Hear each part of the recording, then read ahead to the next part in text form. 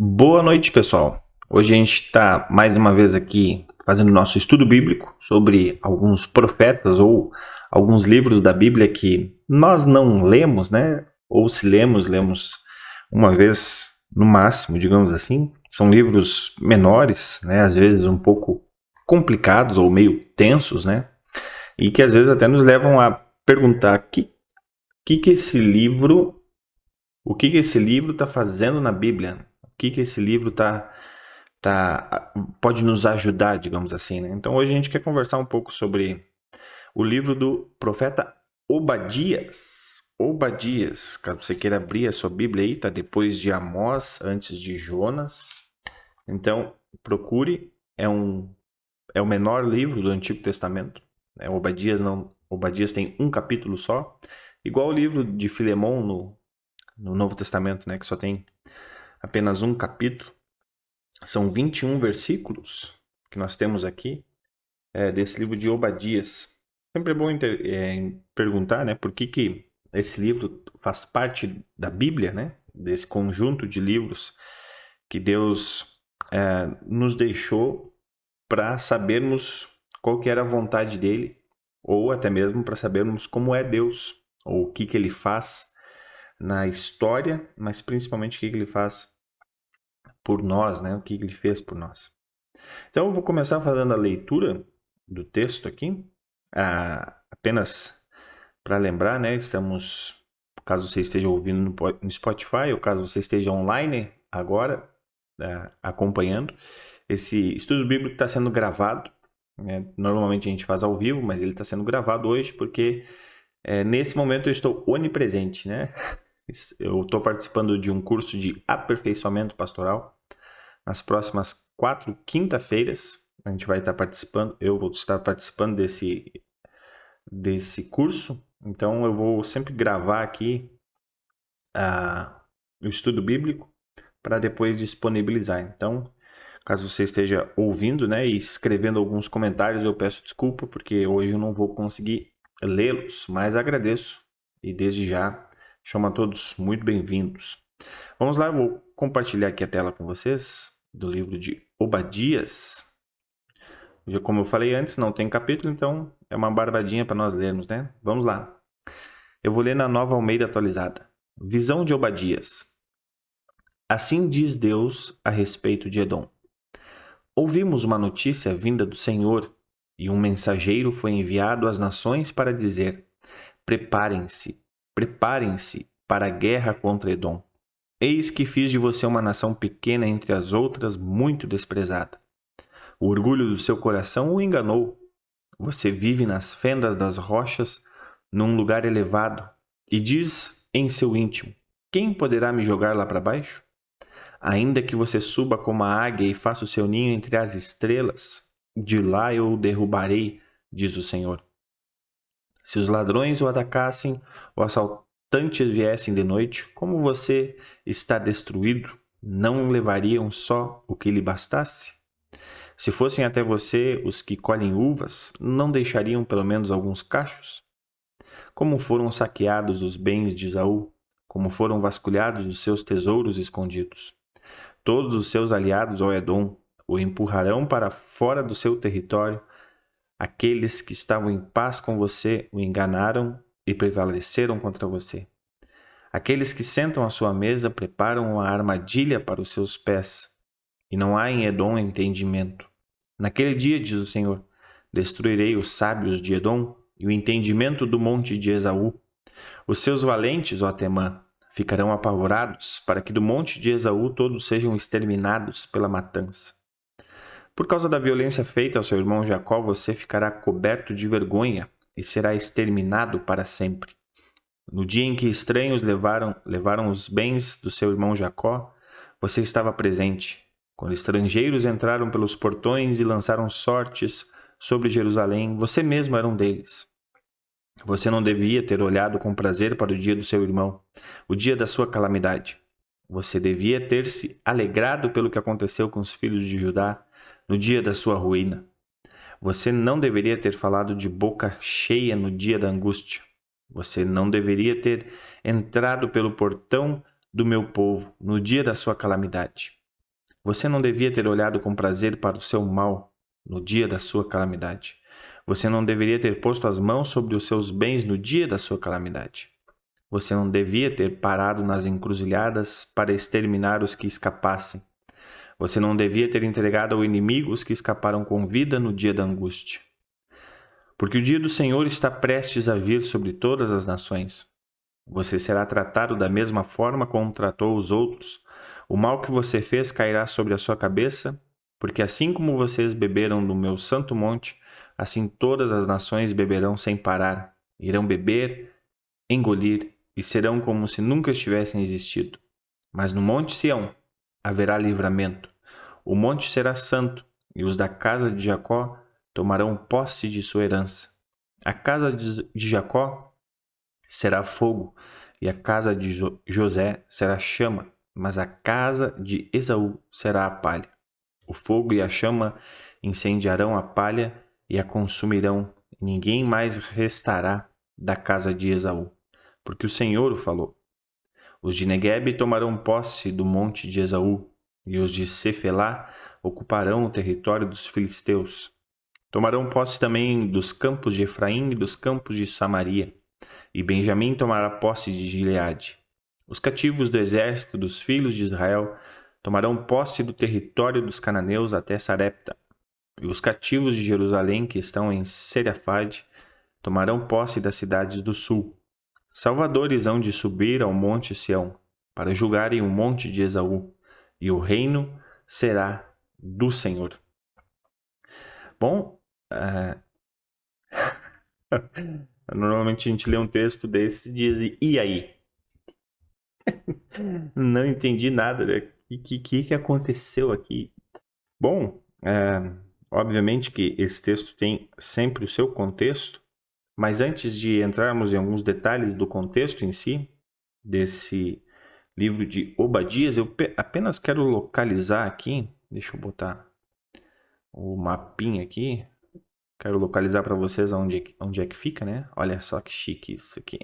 Aqui o mapa mundi, aqui estamos nós, opa, o Brasil aqui, ó, tem até uma nuvem aqui sobre São Paulo.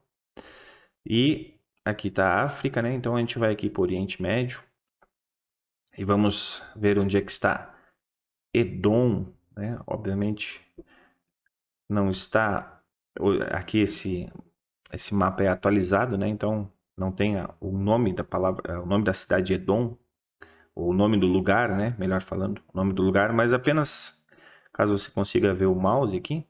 Aqui está Jerusalém, né? Onde naquela época, cerca de 500 anos antes de Cristo, 600 anos antes de Cristo, a Jerusalém também estava aqui. E Edom ficava um pouco mais aqui para baixo, ó, perto aqui desse Wadi Musa aqui, por esse caminho aqui, nessas montanhas aqui, ó, dá para ver algumas montanhas, né? Perto dessas montanhas aqui ficava Edom, provavelmente nessas montanhas, segundo conforme até o próprio texto está escrito, né? Onde eles falavam assim, quem é que vai tirar a gente das nossas fendas, né? Das montanhas. Estamos aqui nas montanhas, lá no versículo 3, Deus fala, né? Você vive nas fendas das rochas, num lugar elevado. Então, provavelmente era aqui nessa cadeia de montanhas, né? Então, ficava perto aqui de Jerusalém, o Reino do Sul, né? Israel, depois temos Judá, o Reino do Norte aqui. Mas só para você se localizar, então aqui embaixo, Edom, um pouquinho mais para cima aqui, Jerusalém, que depois aqui temos, né, a Babilônia que veio aqui perto desse lugar aqui assim, veio, subiu aqui, fez o arco, né, e veio, conquistou Jerusalém, e Edom acabou ajudando a Babilônia a conquistar Jerusalém. Então vamos aos pontos interessantes aqui do nosso contexto. Quem foi Obadias? A gente não tem muito sobre quem foi ele, mas ele obviamente foi um profeta que Deus chamou. Ele escreve essa profecia contra Edom da própria Jerusalém. Já tinha acontecido a primeira, digamos assim, a primeira investida da Babilônia, já tinha ido lá, destruído, né, levado os primeiros cativos. Obadias então permanece lá e escreve contra Edom, contra o povo de Edom. E Obadias pode significar, o nome dele, aquele que louva a Deus, ou servo de Deus, alguma coisa assim nesse sentido.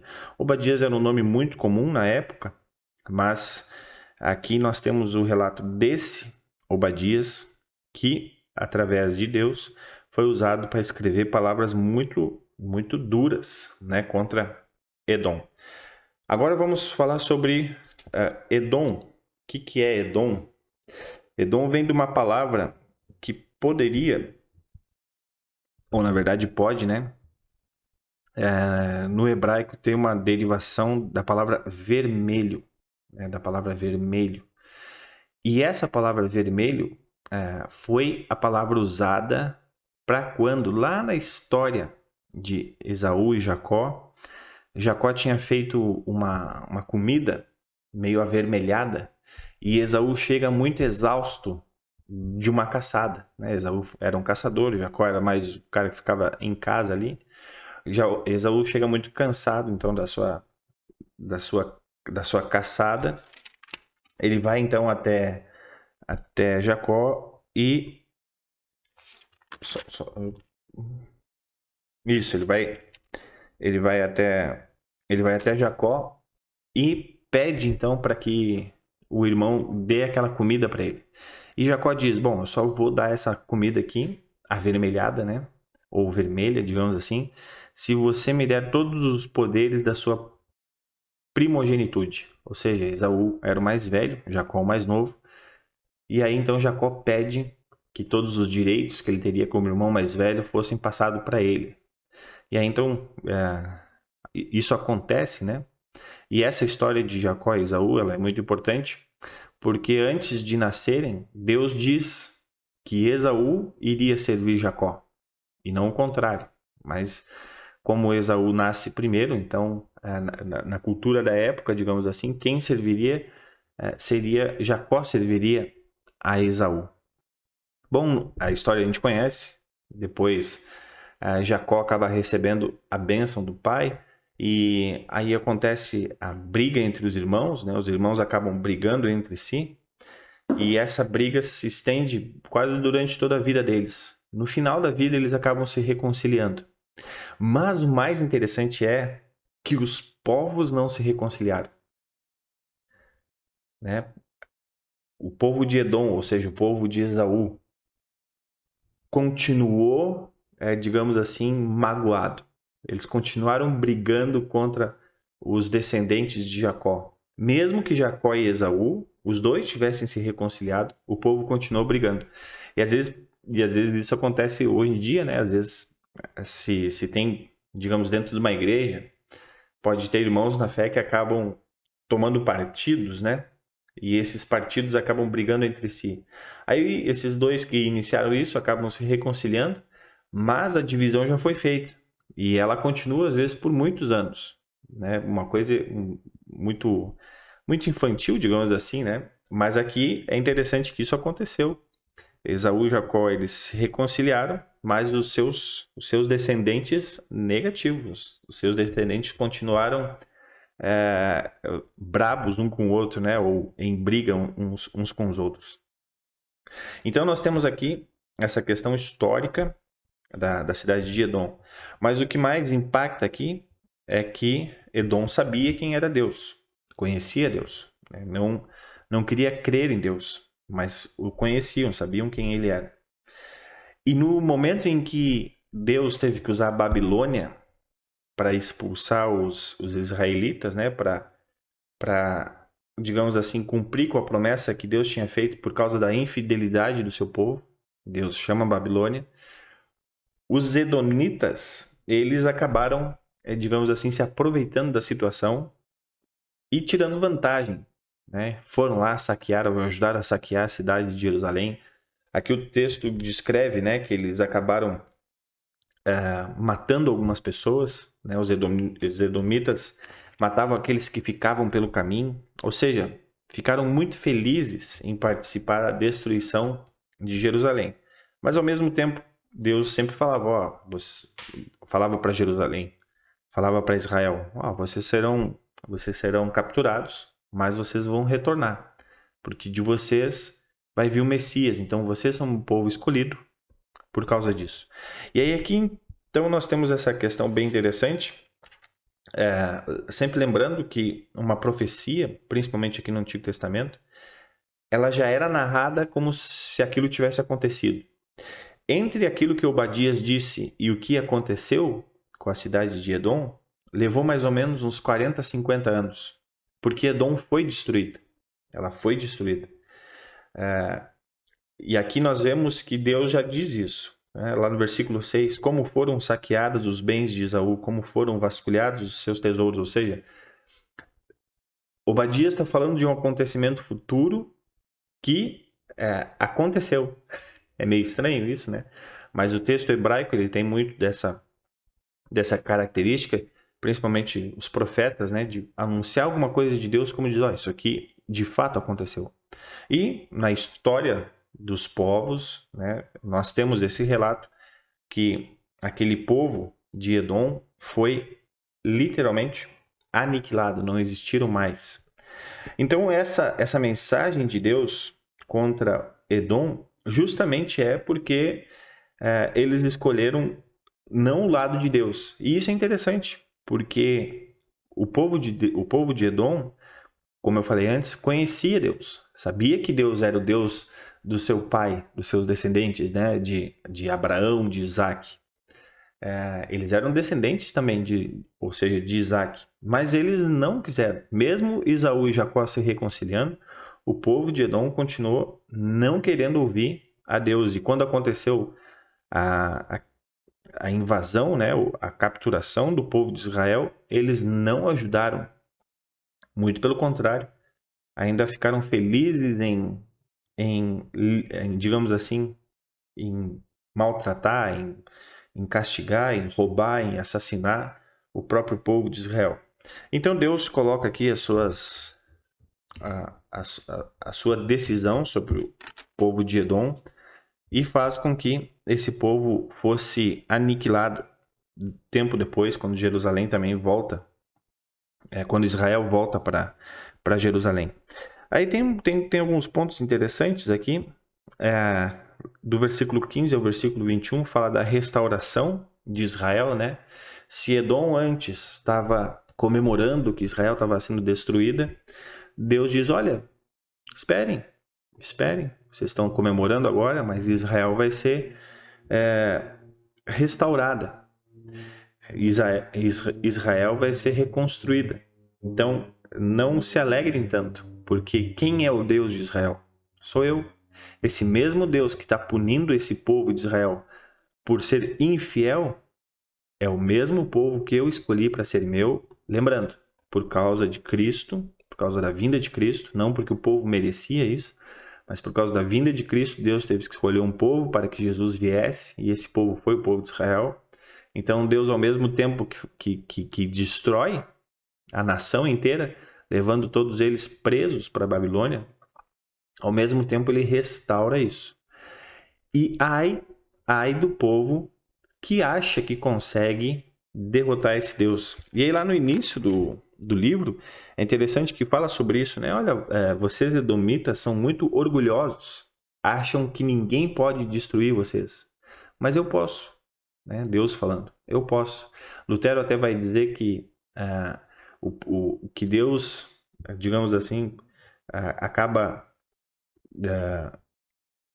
vencendo o povo de Edom como se mata um mosquito, né? De uma forma tão simples, que para Deus não tinha dificuldade nenhuma em fazer isso. E foi realmente o que aconteceu, né? Mas é interessante que lá no versículo 13 diz, o orgulho do seu coração o enganou. Vejam só, os edomitas podiam ter acreditado em Deus e confiado em Deus, mas aqui o texto está nos dizendo que eles confiavam mais no orgulho do seu próprio coração. Confiavam nas suas defesas. Bom, isso é uma mensagem interessante para nós hoje, né? O primeiro mandamento sempre parte disso, né? Eu sou o Senhor teu Deus, não terás outros deuses diante de mim. O orgulho pode ser um Deus. Às vezes a nossa situação atual pode ser um Deus. Não, eu estou bem protegido aqui, tenho o meu sustento, não estou passando fome, né? Tenho tudo aqui confortavelmente, então eu estou bem. E aí a gente acaba confiando em quem? Em nós. A confiança acaba partindo sempre daquilo que nós podemos ser. Não, eu tenho um orgulho sobre quem eu sou e ninguém pode me mudar. Sendo que o papel de cada um de nós nessa vida é designado por Deus. Parece meio estranho falar isso hoje, né? Mas nós não somos frutos das nossas escolhas. Por quê? Porque a gente não teve escolha sobre um monte de coisa. Então esse papinho de hoje em dia de seja quem você você precisa enaltecer aquilo que vem de dentro de você, blá, blá, blá, blá, blá, blá. Um papinho que nunca colou na história do mundo. Nunca deu certo. Edom é uma prova disso. Mas temos outros tantos exemplos, né, de civilizações que se achavam alguma coisa, ou seja, pessoas que pensavam que ali elas tinham todo o entendimento, todo o poder ou algo nesse sentido. Bom, eu estou fingindo que está ao vivo aqui, deixa eu só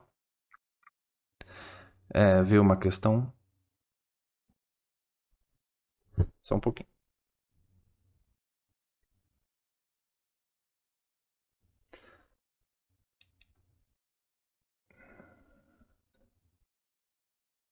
Deu. Agora sim, voltamos.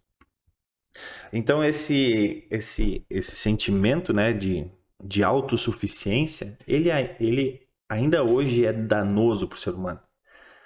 Alguém pode pensar, mas que coisa estranha, né? A gente é marionete, então, de Deus? Também não. Deus nos dá livre escolha sobre um monte de assuntos, né? Não sobre crer nele. E isso é um outro assunto que a gente pode estudar em outros estudos bíblicos, a gente às vezes fala sobre isso no culto. Crer em Deus é a ação do Espírito Santo.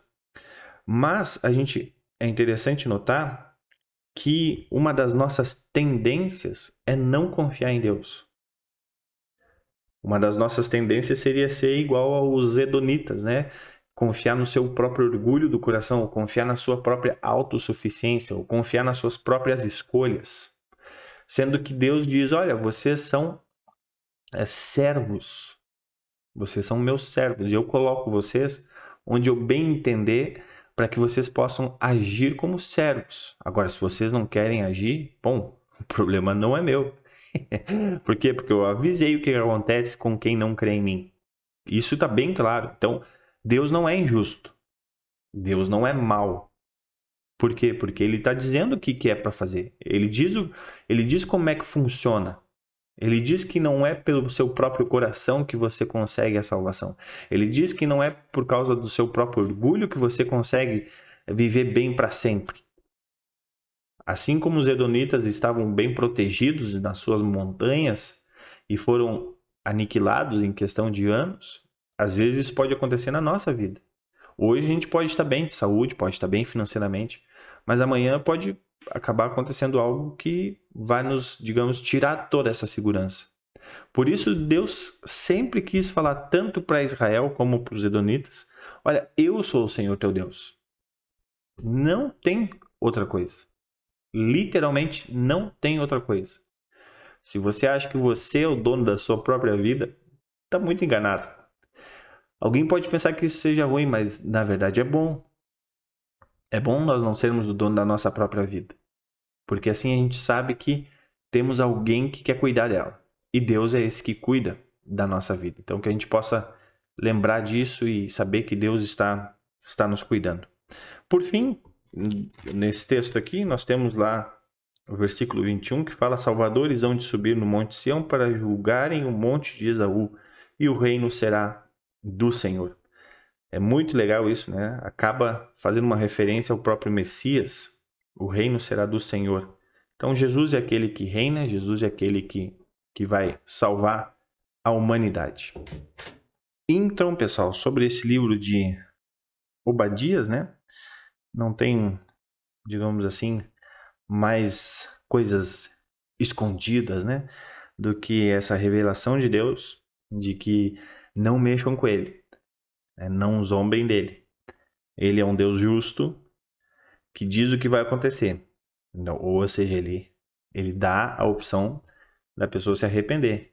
E o Obadias fez isso. O Obadias disse, olha, vai acontecer isso com vocês, então é melhor vocês crerem em Deus. É melhor vocês crerem em Deus. Porque quando acontecer essas coisas, vocês vão estar do lado certo. Isso o povo de Israel não escutou também, a gente não escuta, né?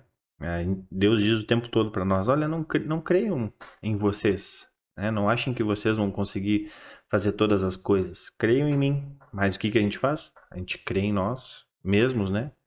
E no final a gente sempre precisa voltar correndo para os braços de Deus, porque nós não temos o controle de tudo na nossa vida. Por isso a importância de Cristo, né? Por isso a importância de saber que todas as coisas foram restauradas por Jesus. Se assim como essas profecias do Antigo Testamento falavam sobre destruição e restauração, assim também é a nossa vida, né? A nossa vida, ela tem um anúncio da destruição, que é, olha, certamente vocês vão morrer, certamente vocês não viverão eternamente. Mas Cristo vem e restaura a vida para cada um de nós. Essa é a importância de continuarmos crendo em Deus, essa é a importância de continuarmos ouvindo a sua palavra. Essa é a importância de lermos Obadias, né? De saber que as palavras de Deus são justas, são poderosas e elas se cumprem. As promessas de Deus se cumprem, tanto de perdição, né, como de salvação. Então que possamos estar sempre nessas promessas de salvação. E para isso acontecer, continue crendo. O Espírito Santo está fazendo isso em você. Continue crendo. Como eu sempre digo, não atrapalhe o trabalho do Espírito Santo. E para nós não atrapalharmos o trabalho do Espírito Santo, temos que sempre lembrar que existe um só Deus. E que é melhor ouvir esse Deus do que qualquer cultura, qualquer pessoa, do que o nosso próprio coração, do que qualquer tendência que seja atual. Tudo isso é passageiro, mas as palavras de Deus ficarão para sempre. Ok, gente? Como eu disse antes, então, eu estou participando de um curso de aperfeiçoamento pastoral, não vou poder ler os comentários agora aqui, mas fica o nosso convite para o culto aqui em São José dos Campos, às 9h30 no próximo domingo. E semana que vem continuamos com os nossos estudos bíblicos. Peço, caso você ainda não tenha feito isso, que nos ajude no chamado engajamento lá no Instagram. O Instagram é uma ferramenta que ela acaba atingindo mais a população local, as pessoas mais próximas. Então, nós estamos tentando, através do Instagram da igreja, que se chama luterana.sjc, para ficar bem fácil, Luterana São José dos Campos. Você entra lá, curte, compartilha, ajuda ao Instagram também compartilhar versículos bíblicos, a gente coloca alguns estudos, algumas frases, alguns vídeos interessantes. Então, a gente sempre pede que você possa nos ajudar nesse engajamento, Olha que chique isso. Ok, gente? Um abração para vocês. Tenham uma excelente noite e Deus cuida.